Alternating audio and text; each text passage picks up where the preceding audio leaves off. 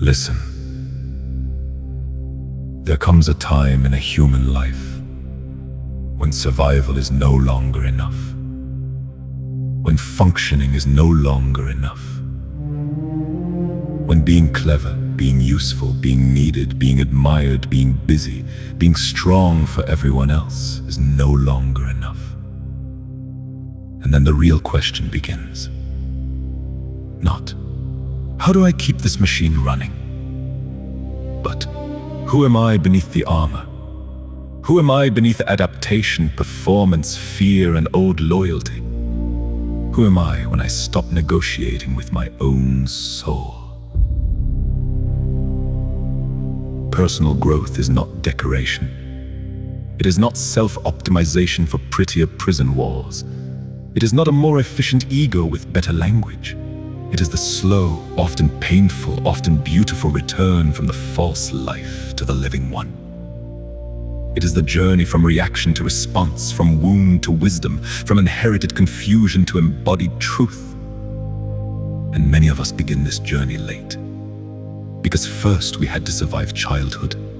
First we had to survive families that were loving perhaps, but not always safe. Present perhaps, but not always attuned. We had to learn to read rooms before we could read ourselves. We had to become what was needed before we ever asked what was true. And so the child became skilled, but the soul became hidden. Then one day life begins to whisper. Sometimes through depression, sometimes through anxiety, sometimes through exhaustion, jealousy, addiction, numbness, restlessness, broken relationships. Sometimes through the body, because the body has always been the prophet. The mind tried to silence. And if we are lucky, we do not only ask, how do I get rid of this? We ask the deeper question. What is this trying to show me? What old story is still living in my nervous system? What grief was never witnessed? What anger was never allowed? What longing did I betray to remain acceptable? I have seen that healing is not found in concepts alone. Not in philosophy without flesh. Not in spirituality without shadow. Not in psychology without tenderness. Healing begins where honesty becomes possible. Where a human being dares to say, yes, I am wounded. Yes, I am afraid. Yes, I have performed strength while secretly starving for connection. Yes, I have called adaptation love. Yes, I have abandoned myself to avoid being abandoned by others. And still, that is not the end of dignity. That is the beginning of it. Because growth does not mean becoming someone else. It means becoming undivided.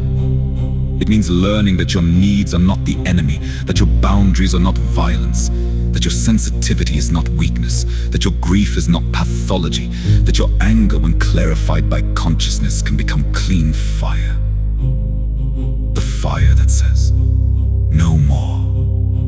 The fire that becomes courage. The fire that protects love instead of destroying it. There is deep wisdom in the one who has walked through music, through writing, through therapy, through longing, through collapse and renewal, and has begun to understand that the human being is not a problem to be solved, but a mystery to be befriended, a mind to be clarified, a body to be listened to, a history to be mourned, a spirit to be remembered. And perhaps that is the real work, to become more human, not less, more truthful, not more impressive, more rooted, not more armored, more capable of intimacy with life as it is. And yes, there is philosophy here, but not the kind that floats above pain, the kind that kneels beside it, the kind that asks what makes a good life when everything is uncertain. The kind that knows autonomy matters and connection matters, and neither can be bought by betraying the other. The kind that understands that love without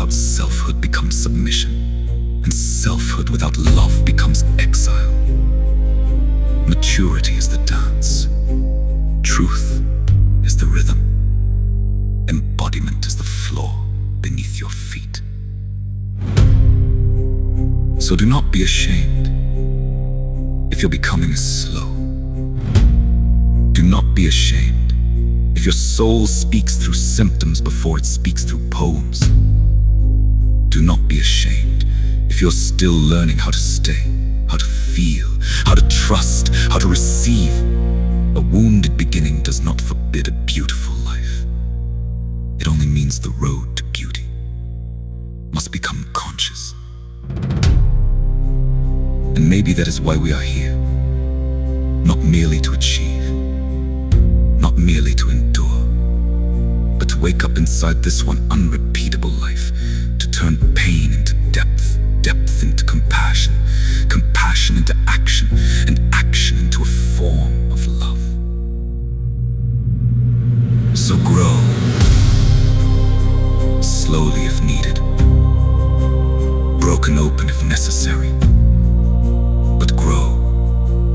Tell the truth, feel your life, honor your body, protect your soul, love with eyes open. And when the next chapter comes, meet it not as a victim of your past, but as a student of life, a servant of truth,